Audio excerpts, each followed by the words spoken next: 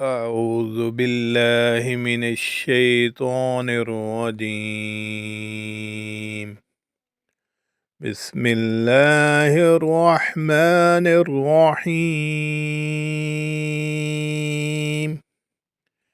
سورة الفيل. ألم تر كيف فعل ربك بأصحاب الفيل؟ ألم يجعل كيدهم في تضليل وأرسل عليهم طيرا أبابيل ترميهم بحجارة من سجيل فجعلهم كعصف مأكول. بسم الله الرحمن الرحيم. لإيلاف قريش إيلافهم رحلة الشتاء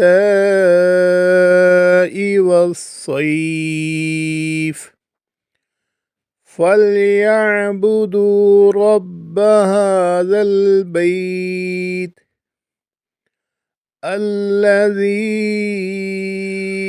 أطعمهم من جوع وآمنهم من خوف.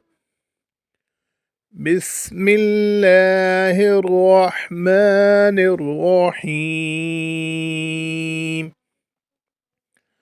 أرأيت الذي يكذب بالدين فذلك الذي يدع اليتيم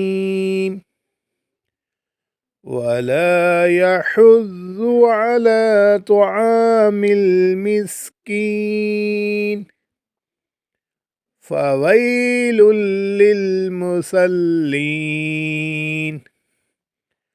الذين هم عن صلاتهم ساهون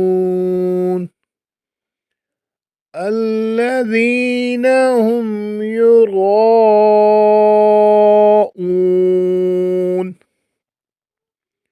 ويمنعون الماعون. بسم الله الرحمن الرحيم. إنا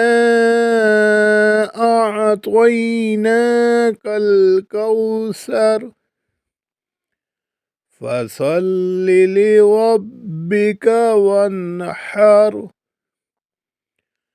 إن شانئك هو الأبتر.